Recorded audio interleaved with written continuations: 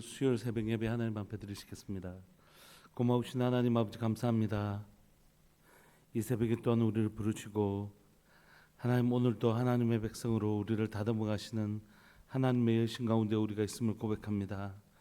시대 가운데 하나님 교회와 성도들을 향한 하나님의 부르심이 있는 줄 믿고 고백합니다. 시대에 하나님 빛이 되라고, 시대의 소금이 되라고 주님 우리를 부르시고 하나님의 백성으로 우리를 준비시키십니다. 사랑하는 하나님, 우리가 살아가는 삶의 현장 가운데서 하나님 그리스도인으로 하나님 견고하게 세워지는 은혜가 있게 해주십시오. 사랑 우리 성도들, 오늘을 살아가는 귀하고 복된 우리 성도들의 삶들 가운데 하나님의 백성으로 힘있게 세워져가는 은혜를 다해 주시고, 또한 우리가 하나님 좋은 하나님의 사람이 되어서 우리 자녀들에게, 우리 다음 세대들에게 정말 좋은 신앙의 유산들을 물려줄 수 있도록 주님 도와주옵소서. 여름 수련회가 있습니다. 이 시간들을 통하여 아이들이 정말 하나님을 인격적으로 만나지 않고는 안 되는 것을 다시 한번 더 고백합니다. 이 세대들 가운데 하나님을 인격적으로 만나는 놀라운 은혜를 주님 도하여 주옵소서. 오늘도 하나님 진리로 우리를 가르치실 주님을 기대하고 소망합니다. 우리를 붙들어 주옵소서. 사랑하는 예수님의 이름으로 감사하며 기도합니다. 아멘. 우리 찬송가 320장 함께 찬양 드리시겠습니다. 찬송가 320장입니다.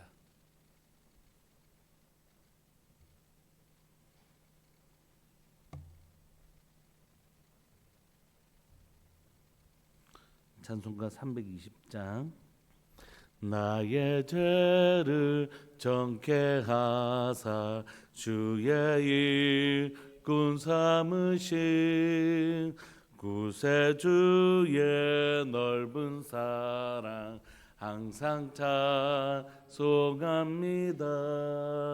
나를 일꾼 삼으신 주 크신 능력 주시어 언제든지 주 뜻대로 사용하여 주소서.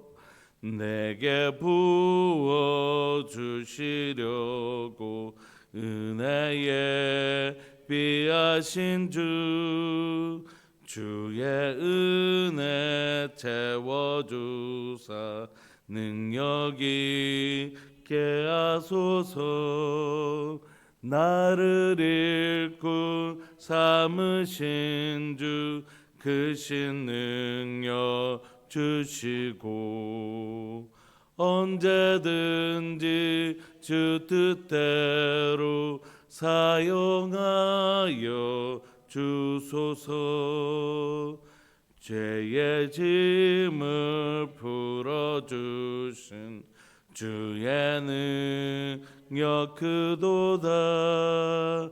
나를 피로 사신 예수 내 맘속에 오소서. 나를 일꾼 삼으신 주 크신 능력 주시고 언제든지 주 뜻대로 사용하여 주소서. 주여 내게 성령으로 충만하게 채우사 생명수가 강물처럼 흐르게 하옵소서. 나를 일꾼 삼으신 주 크신 능력 주시고 언제든지 주 뜻대로 사용하여 주소서. 아멘. 아멘. 우리 하나님의 말씀 디모데전서 1장 12절부터 20절까지입니다.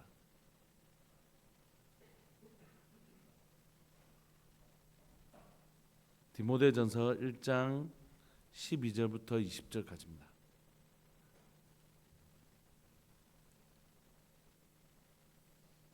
우리 합독하실까요? 시작. 나를 능하게 하신 그리스도 예수 우리 주께 내가 감사함은 나를 충성되이 여겨 내게 직분을 맡기심이니 내가 전에는 비방자요 박해자요 폭행자였으나 도리어 긍휼을 입은 것은 내가 믿지 아니할 때에 알지 못하고 행하였음이라. 우리 주의 은혜가 그리스도 예수 안에 있는 믿음과 사랑과 함께 넘치도록 풍성하였도다. 믿보다 모든 사람이 받을 만한 이 말이여 그리스도 예수께서 죄인을 구원하시려고 세상에 임하셨다 하였도다. 죄인 중에 내가 괴순이라. 그러나 내가 긍휼을 입은 까닭은 예수 그리스도께서 내게 먼저 일체 오래 참으심을 보이사 후에 주를 믿어 영생 얻는 자들에게 본이 되게 하려 하심이라. 영원하신 왕 곧 썩지 아니하고 보이지 아니하고 홀로 하나이신 하나님께 존귀와 영광이 영원 무궁하도록 있을지어다. 아멘.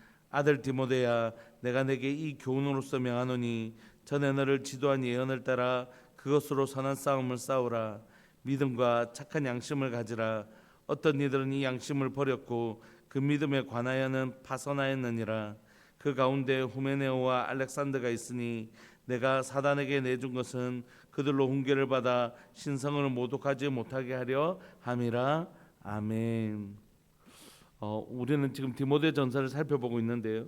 디모데전서 어제 말씀드렸던 것처럼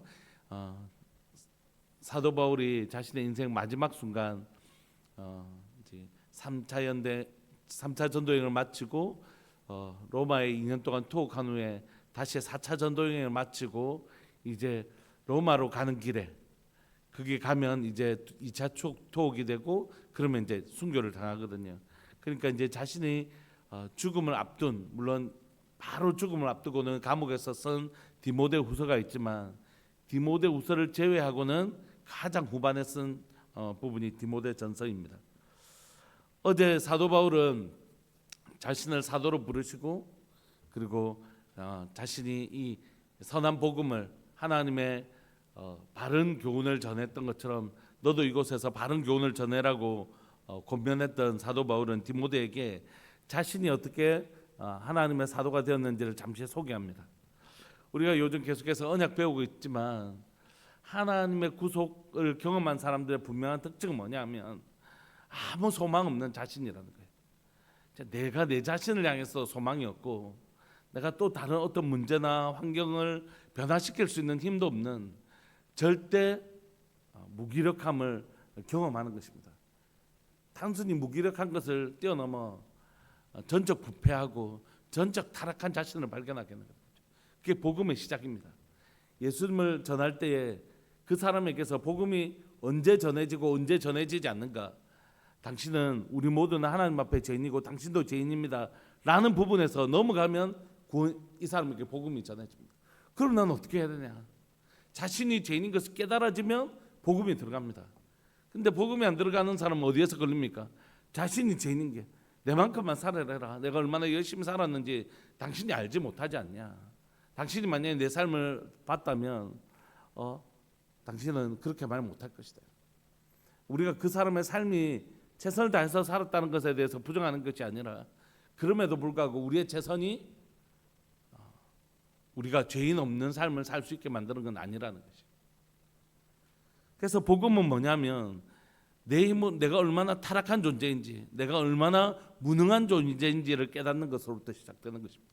내가 얼마나 죄인이고 환경만 갖춰지면 언제든지 타락할 수 있는 존재이고 나의 힘으로는 진짜 아무것도 할 수 없는 전적 타락하고 전적 무능한 존재를 발견하는 게 복음이라고.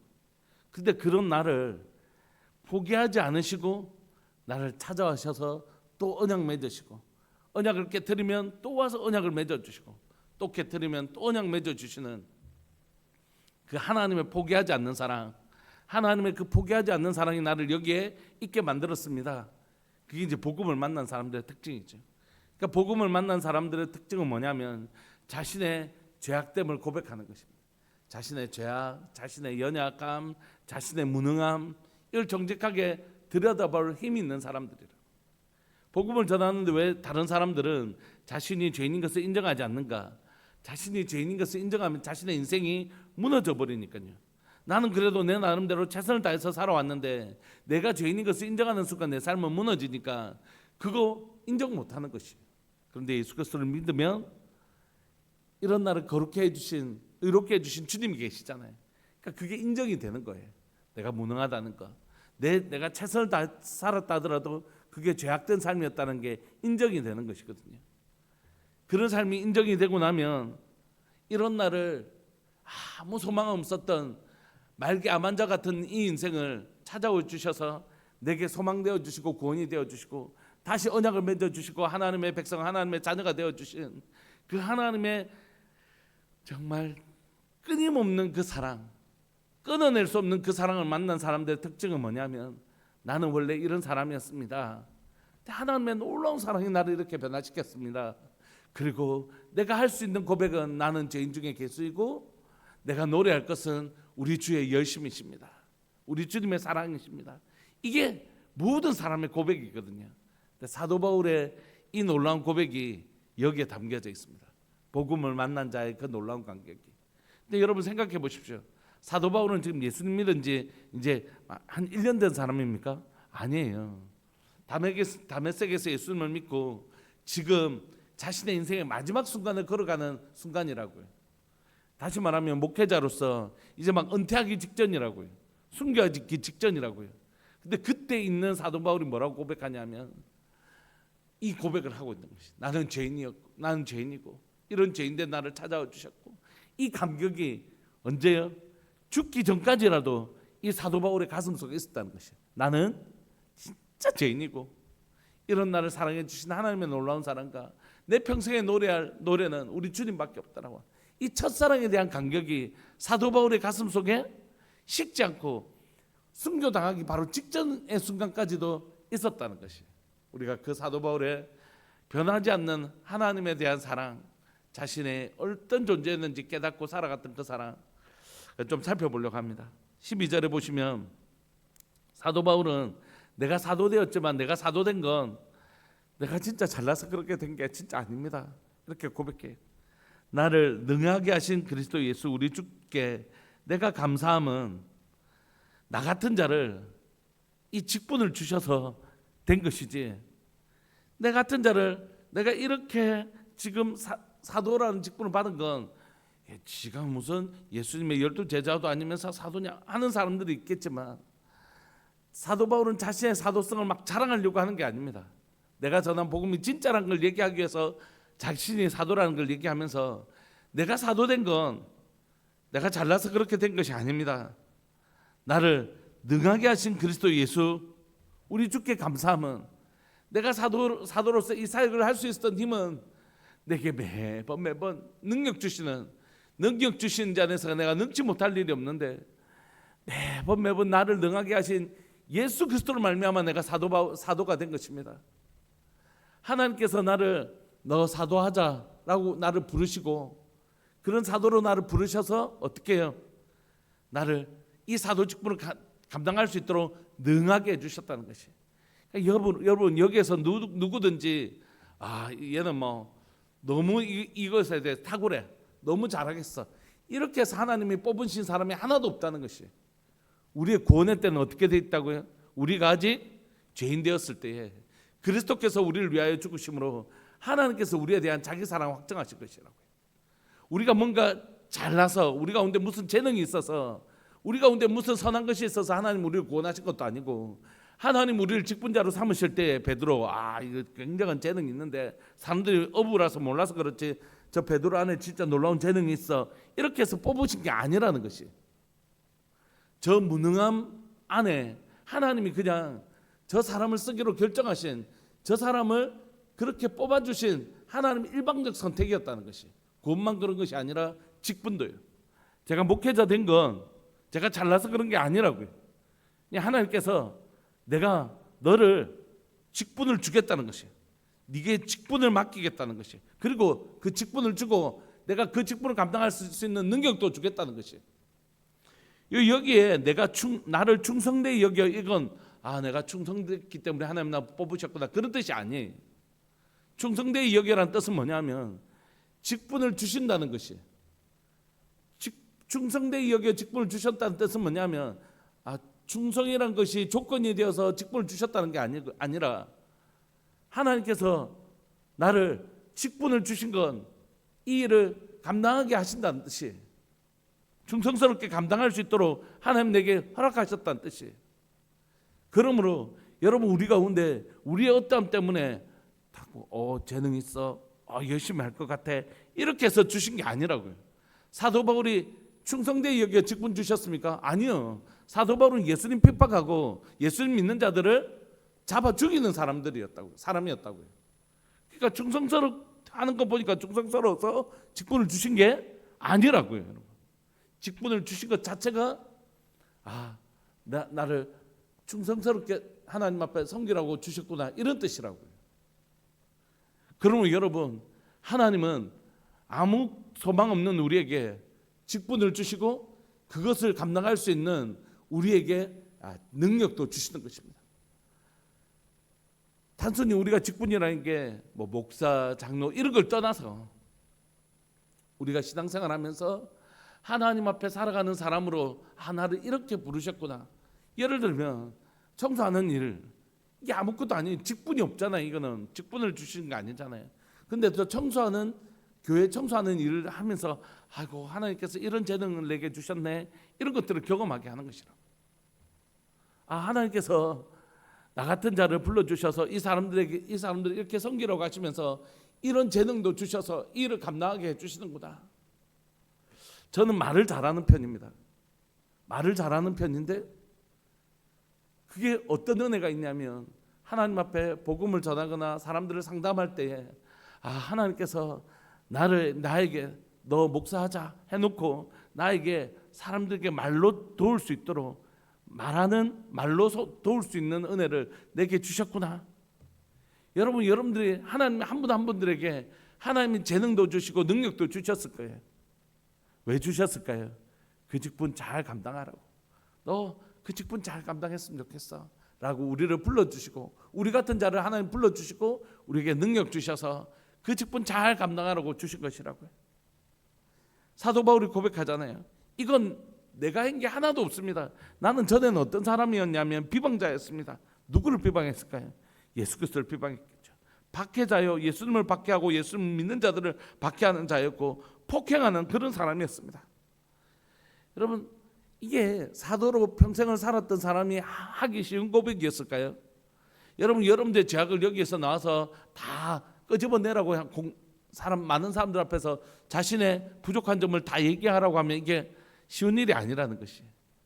특별히 사도 바울이 자신의 인생의 마지막 순간에 그것도 어떻게 보면 여전히 사도 바울의 사도성을 의심하고 공격하는 사람들 있잖아요. 그럼 이런 말 하면 공격의 대상이 될까요, 안 될까요? 되겠죠. 이런 말 괜히 해가지고 사람들이 봐봐, 저 집으로 이제 고백한다, 봐봐, 저 원래 저런 인간이었어, 이렇게 악한 자들의 먹잇거리가 될 수 있잖아요. 공격거리가 될 수 있잖아요. 그럼에도 불구하고 사도 바울이 자신이 과거에 얼마나 연약한 인생이었던 것을 고백할 수 있는 이유는 뭐냐면, 이런 나를 고쳐주신 우리 주님을 자랑하기 위함이라. 나는 전에 비방자였다, 박해자였다, 폭행자였다. 도리어 긍휼을 입은 것은 내가 믿지 아니할 때에 알지 못하고 행하였습니다. 내가 진짜 아무것도 몰랐기 때문에, 아무것도 모르고 그렇게 살던 나에게 하나님의 긍휼이 찾아왔다. 내가 진짜 전에는 아무것도 모르고 예수 그리스도를 비방하고 예수님을 믿는 자들을 비방하고 폭행하고 그런 자였는데, 그런 나를 하나님의 긍휼이 만들어 주신 결과이지 내 가운데 어떤 선한 것이 하나도 없다라고 얘기하는 것입니다. 14절, 우리 주의 은혜가 그리스도 예수 안에 있는 믿음과 사랑과 함께 넘치도록 풍성하다. 하나님의 은혜가 이런 나를, 이런 진짜 예수님을 비방하고 예수 믿는 자를 죽이던 나를 불쌍히 여기셔서 나를 여기서 구원하시고 나를 충성되이 여기에 직분을 주시고 그리고 능력 주셔서 이 놀라운 복음 사역을 감당하게 하신 우리의 주의 은혜가 뭐라고요? 정말 풍성하다. 이렇게 고백하고 간증하고 있는 것입니다. 15절, 밑보다 누가 받을 말이요? 이건 내만 그렇다. 이렇게 하지 않고 모든 사람이 받을 만한 이 말이요. 그러니까 이런 일은 사도 바울만 그런 게 아니라 모든 예수 그리스도를 믿는 자들에게 동일하게 일어나는 현상이라는 것이, 내가 전에 예수 그리스도를 믿기 전에 예수님 없는 내 삶이 얼마나 아무것도 아닌 것과, 그러나 예수 그리스도로 말미암아 내가 얼마나 놀라운 은혜 가운데 지금 부르심을 받고 그것을 누리고 살고 있는지, 사도 바울은 복음을 누리고 살고 있는 것이. 사랑하는 여러분, 설사 어떤 사람이 태어날 때부터 예수님을 믿는 모태신앙이라고 할지라도 신앙생활을 쭉 하면서 자신에게 하나님 없는 내 삶이 얼마나 무서운 것인가를 깨달을 때가 있거든요. 하나님 없는 내가 얼마나 아무것도 아닌 것을 깨닫는 순간이 있다고. 그런데 그런 나이를 찾아오셔서 하나님이 나의 아버지가 되어주신 것이, 아버지 없는 고아 같은 삶을 살던 그게 얼마나 무섭고, 내 인생에 아무도 나를 지키는 자가 없는 고아 같은 그 삶을 자신의 인생을 책임질 수도 없는데 책임져야 되는 그런 고아적 삶을 살아가는 우리에게 하늘아버지가 우리 아버지 되어주신 이 복음을 만날 때 얼마나 그 은혜의 풍성함을 노래하는지 모르죠. 그래서 사도 바울은 얘기합니다. 모든 사람이 받을 만한 말이다. 이 말은 그리스도 예수께서 죄인을 구원하시려고 세상에 임하셨다 하였도다. 예수님이 우리 같은 죄인들, 나, 너, 우리 모두 우리 같은 죄인 구원하시려고, 그리스도 예수께서 죄인을 구원하시려고 세상에 임하셨다. 이게 모든 사람이 받을 만한 말이고, 이게 진짜 하나님의 미쁘심, 신실하신 하나님의 말씀이다, 이렇게 얘기해요. 그리고 끝에 뭐라고요? 죄인 중에 내가 괴수다. 나는 진짜 구원받을 만한 자격이 하나도 없는 인생이다. 비방자고 박해자고 폭행자인 내가 어떻게 구원을 받을 수 있었겠는가? 그러나 하나님께서 그리스도 예수님을 보내주셔서 누구를 구원하시려고요? 죄인을 구원하시려고 오셨기 때문에 죄인인 내가 구원받은 것이다. 내가 죄인 중에 괴수기 때문에 그런 나를 구원하시려고 예수님이 이 땅에 오셨다. 이 말은 모든 사람이 들을 만한 말이요, 미쁘신 말이요, 진짜 이 하나님의 이 놀라운 복음의 메시지 앞에 하나님의 은혜가 풍성하다, 이렇게 고백하는 것입니다. 여러분, 그러면서 16절, 죄인 중에 괴수였던 자신이 긍휼을 입은 이유를 설명합니다. 하나님께서 왜 나 같은 자에게 찾아오셔서 구원을 주셨는가, 그리고 이런 나를 왜 사도로 삼으셨는가, 그건 바로 여러분들 때문입니다, 이렇게 얘기해요. 16절, 그러나 내가 긍휼을 입은 까닭은 예수 그리스도께서 내게 먼저 일체 오래 참으심을 보이사 후에 주를 믿어 영생 얻는 자들에게 본이 되게 하려 하심이라. 하나님께서 이런 나를 구원해 주시고 사도로 삼아 주셔서 했던 유일한 이유는 뭐냐면, 예수님이 내게 먼저 예수님을 핍박하고 예수님을 믿는 자들을 죽이고 하는 이런 나를 저거 당장 심판해야 되겠다 하시지 않고, 저런 건 진짜 못 쓰겠어 하고 끊어내시지 않고, 그런 나를 아주 오랫동안 참아주시고, 그리고 마침내 나를 고쳐 쓰시는 하나님의 그 놀라운 긍휼과 사랑을 보이신 유일한 이유는 뭐냐면, 후에 예수님을 믿고 영생하는 자들에게 본이 되게 하시려고요. 야, 사도 바울 저 못된 저거 예수님 믿는 사람들 죽이려고 온 동네 돌아다니면서 샅샅이 뒤지던 그 진짜 그 악한 자도 하나님이 구원하시고 사도로 삼아 주셨는데, 야, 나도 되겠다. 저런 자도, 저런 수악한 자도 그렇게 하셨다면 나는 그래도 저 정도는 아니잖아. 나는 그래도 저 정도는 아니잖아. 사람들에게 사도 바울 보면서 어떻게 해요? 예수님이 나도 불쌍히 여겨주시겠구나, 나 같은 자도 사랑해 주시겠구나, 이렇게 여길 수 있도록 나 같은 자도 오래 참으심으로 내게 긍휼을 베푸실 것이다. 그러니까 여러분, 나 보시고 여러분들을 향한 하나님의 사랑과 예수 그리스도의 놀라운 긍휼을 의심하지 마십시오. 나 같은 자도 이렇게 하나님의 구원을 받고 하나님 앞에 사용되지 않습니까?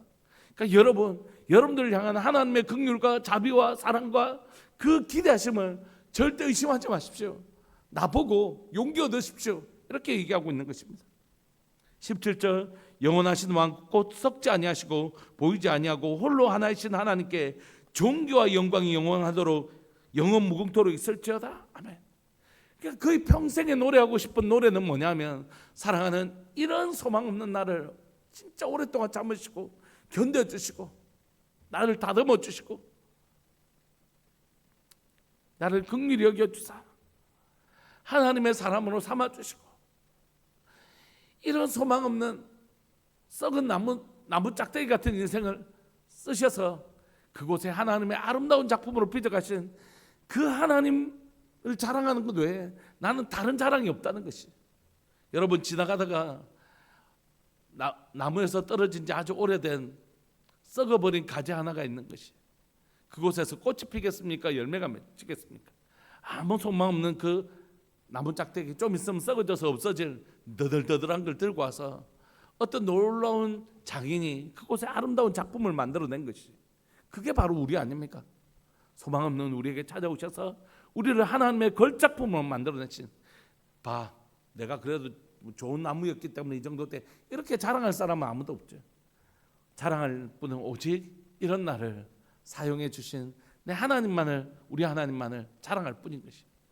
누가 오병이어를 통하여 5,000명 먹이는 것 내가 오병이어 냈으니까 5,000명 먹인 거야 이렇게 할 사람 누가 있겠어요? 그래도 그런 사람이 있더라고요. 이건 이 오병이어를 사용해 주신 하나님의 은혜이죠. 오늘 사도 바울은 자신의 평생에 노래할 일은 우리 하나님의 그 놀라운 은혜를 노래하고 있는 것입니다. 이건 모든 구원받은 자들의 에게 일어나는 현상이죠.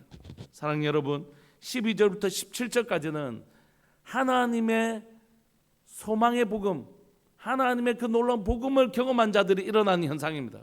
뭐라고요? 죄인 중에 괴수인 나를 발견하고 이런 나를 끝까지 사랑해 주신 하나님의 사랑을 발견하고 그리고 하나님을 노래하게 되는 것. 이게 복음을 만난 사람들의 특징이에요. 그래서 금방 알 수 있어요. 사실 이 사람의 성숙도를 금방 알 수 있습니다. 이 사람이 진짜 복음에 절어져 복음을 얼만큼 경험한 사람인지 금방 알 수 있습니다. 자기 의에 막 치우쳐 있는 사람은 아직 복음 근처에도 오지 않았어요. 진짜 복음을 만난 사람은 어떤 사람인가? 자신이 얼마나 제약되고 자신이 얼마나 소망 없는 인생인지를 지금 이 순간에도 하나님이 은혜로 붙드셔서 여기에 와 있는 것이지. 내가 사도 바울로서 이 복음을 전한 건 내가 뭐 정말 이제 진짜 괜찮은 사람이 된 게 아니라 하나님의 은혜로 나를 붙들어 주셔서 여기에 서 있는 것이지. 하나님의 은혜 아니고는 설명할 수 없는 자신의 삶을 고백하는 것. 그래서 내 평생에 만입이 내게 있으면 그 입 다 가지고 내 주의 크신 은총을 늘 찬송하겠네. 이게 복음을 만난 자들의 특징이라고. 그러니까 복음을 만나지 않고도 교회를 다니는 사람들이 많이 있습니다. 직분을 가지고 있지만 복음을 만나지 않은 직분자들이 많이 있습니다. 복음을 만난 사람은 죄인 중에 계신 자신의 모습과 이런 나를 포기하지 않으시는 하나님의 사랑 앞에서 늘 서 있는 것이에요. 그리고 17절처럼 자신의 평생에 우리 주만 노래하고 싶은 사람이죠.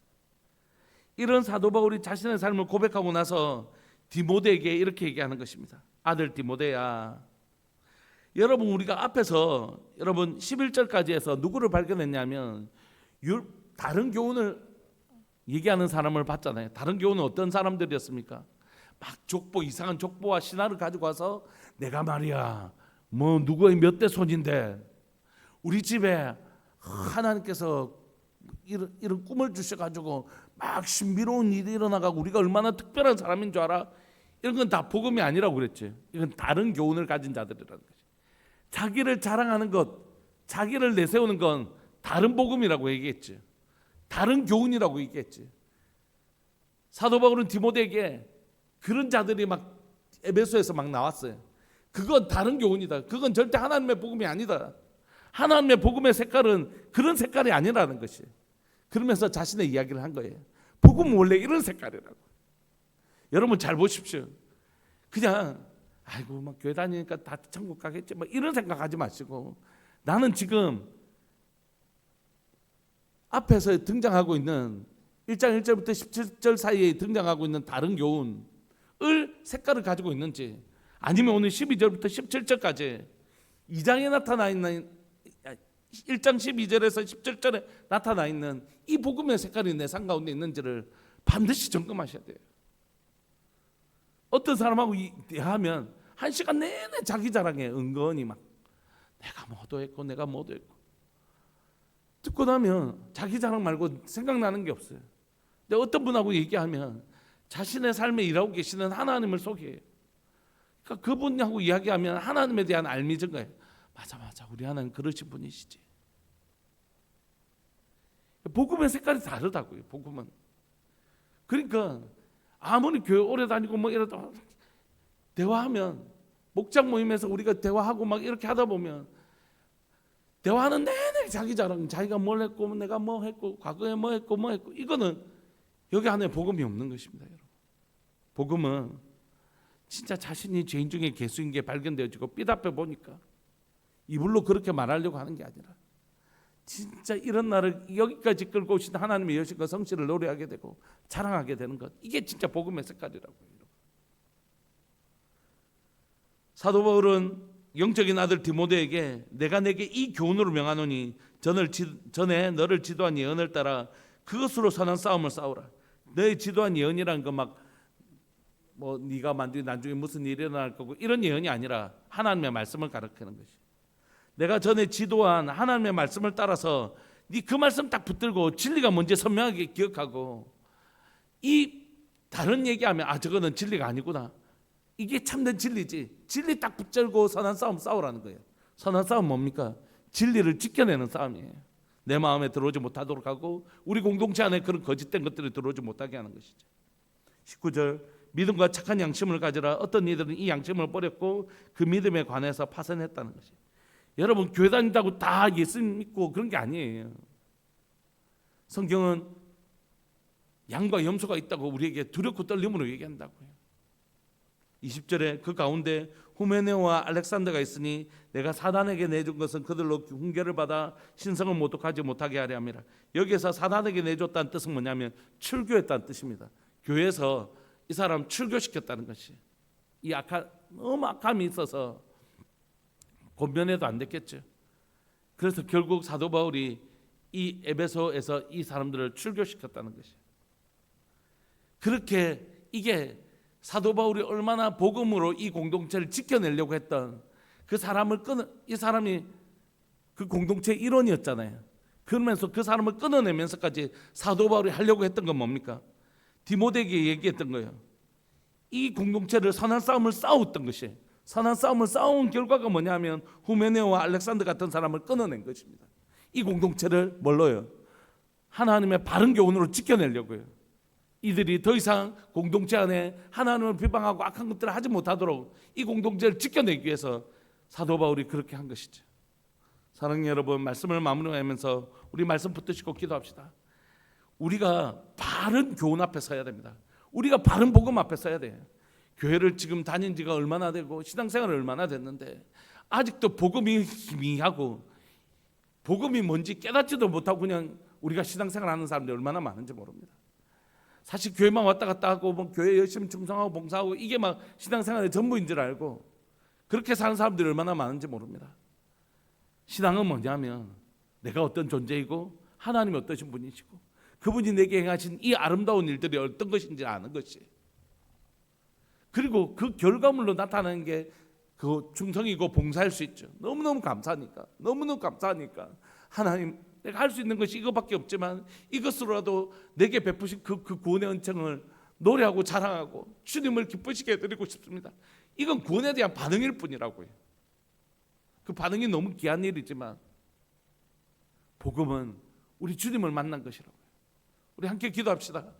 하나님, 사랑 우리들 교회가 지금 하나님 나라 그리고 언약을 통한 하나님 나라를 살펴보고 있는데, 하나님 우리가 복음 앞에 눈 뜨는 교회 되게 해주십시오. 복음에 선명하게 눈 뜨는 교회 되게 해주시고, 복음이 무엇인지 내 가운데 복음의 색깔이 자기 자랑으로 가득 찬 그런 다른 복음이 아니라 우리 주만 노래하는 바른 복음이 입혀진 바른 복음의 색깔을 가진 성도 되게 해주시고 그런 교회 되게 하여 주옵소서. 진리가 아닌 것들에 대하여 싸울 줄 아는, 선한 싸움을 싸울 줄 아는, 진리를 지키기 위해서 선한 싸움을 싸울 줄 아는 그런 교회 되게 하여 주옵소서. 그래야지 사도 바울이 디모데에게 이 복음을 전수했던 것처럼 우리도 우리 다음 세대들에게 신앙을 전수할 수 있는, 우리가 없는데 어떻게 전수해요? 우리가 복음으로 선명하게 세워지고 이 복음을 다음 세대에게 물려줄 수 있는 복된 성도, 복된 교회 되기를 소망합니다. 우리 시간 통성으로 말씀 붙드시고 기도하시면서 7월, 8월 있을 다음 세대들, 특히 여름 성경학교, 여름 수련회를 위해서 기도했으면 좋겠습니다. 이 시간들을 통하여 우리 아이들이 하나님을 경험하는 삶 살 수 있도록 은혜 내려 주옵소서. 우리 그렇게 주의 이름을 크게 부르시면서 기도하면서 나갑시다. 기도하시겠습니다. 주여, 살아계신 하나님 아버지, 역사하시는 하나님 감사합니다. 오늘 또 하나님 귀하고 복된 날 우리 이 하루를 우리에게 허락해 주시고 하나님 말씀 앞에 설 수 있게 해주셔서 감사합니다. 하나님 자기 율법을 통하여 자기를 자랑하던 하나님이여 그런 다른 복음을 가지고 있었던 자들, 하나님 그런 하나님이여 그곳에는 복음이 없었음을 고백합니다. 사도 바울은 자신의 삶을 고백하면서 나는 전에 죄인이었고 행악자였는데 이런 나를 긍휼히 여겨주셔서 죄인 중에 계수인 나를 긍휼히 여겨주셔서 내게 구원을 주신 하나님의 긍휼을 자랑하고 하나님의 크신 사랑을 자랑하는 하나님, 이것이야말로 참된 복음인 것을 고백합니다. 이것이야말로 정말 복음을 만난 자들의 고백인 것을 고백합니다. 사랑하는 하나님, 우리가 오랫동안 신앙을 생활을 했습니다. 우리가 그래도 신앙생활을 아주 오래 했습니다. 그런데 하나님, 우리 안에 하나님 복음의 색깔이 보이지 않는데도 그것이 하나님 복음인 것처럼 자신도 착각하고 하나님 그렇게 살았던 모든 시간들을 주님 앞에 후회하고 회개하고 주님 앞으로 나아갑니다. 주님, 저희 죄를 용서하여 주시고 하나님 사랑하는 교회 가운데 복음이 선명해지는 교회 되게 하여 주옵소서. 한 분 한 분 가운데 진짜 복음은 뭔가 소망 없는 나 말기암한 자 같은 나에게 찾아오셔서 하나님의 새 생명 주시고 또 하나님의 자녀 되는 하나님의 아들 되는 권세를 주시고 하나님과 함께 온 세상을 다스릴 수 있는 통치권을 허락하여 주신 하나님의 이 놀라운 복음 앞에 우리가 서 있음을 고백합니다. 살아계신 하나님 아버지, 이 복음이 선명해지는 교회 되게 하여 주옵소서. 우리 성도들 한 사람 한 사람 내가 얼마나 죄인이었던가, 한순간도 하나님 내 감정 하나 다스리지 못하는 하나님, 내가 얼마나 죄인인가 다시 한번 더 고백하게 하여 주시고 이런 나를 포기하지 않으시고 다듬어 가시는 하나님의 그 여신과 성실을 자랑하는, 오직 우리의 자랑이 있다면 그건 바로 오직 예수 그리스도 한 분뿐이신 것을 고백합니다. 살아계신 하나님 아버지, 역사하시는 하나님, 사랑하는 하나님 교회가 우리 성도들의 하나님의 이 시간 하나님의 에바다의 역사 일어나게 하여 주옵소서. 복음에 눈뜨는 하나님의 교회 되게 하여 주옵소서. 하나님의 우리 성도들 한 사람 한 사람들 가운데 에바다의 복음, 하나님의 눈이 열려져서 하나님 복음이 무엇인지 선명하게 보는 역사 일어나게 하여 주시고, 사랑하는 하나님 아버지, 복음에 눈뜬 우리 성도들이 하나님 우리 자녀들에게 사도 바울이 디모데에게 복음을 전수했던 것처럼 우리가 우리 자녀 세대들에게 복음을 잘 전할 수 있도록, 복음을 물려줄 수 있도록 주님 우리에게 은혜 내려주시기를 간절히 바랐고 소망합니다. 사랑하는 하나님 아버지, 역사하시는 하나님, 살아계신 하나님 아버지, 역사하시는 하나님, 간절히 구하고 구하오니 사랑하는 하나님, 주의 은혜를 베풀어 주옵소서. 주의 은혜를 베풀어 주옵소서. 주님, 사랑하는 하나님, 다음 세대들 유치부, 유초등부, 중고등부, 청년부에 이렇게까지 주님 우리 아이들을 불쌍히 여겨주시고 하나님 이 세대를 불쌍히 여겨주옵소서. 하나님 점점 하나님이여 복음을 잃어가는 세대, 교회를 떠나고 복음을 떠나는 세대가 하나님 그런 세대가 되어가고 있습니다. 주님 우리를 불쌍히 여겨주시고 하나님 이 세대 가운데 복음을 전할 수 있도록 사랑하는 교회 가운데 기름 부으시고 은혜 내려주시고 우리 가운데 하나님 믿음의 용기를 더하여 주시기를 간절히 바라고 소망합니다. 우리를 지켜주옵소서. 붙들어 주옵소서. 그렇게 행하여 주실 사랑하는 예수님의 이름으로 감사하며 기도합니다. 아멘. 우리 계속해서 기도하시면서 나가시겠습니다.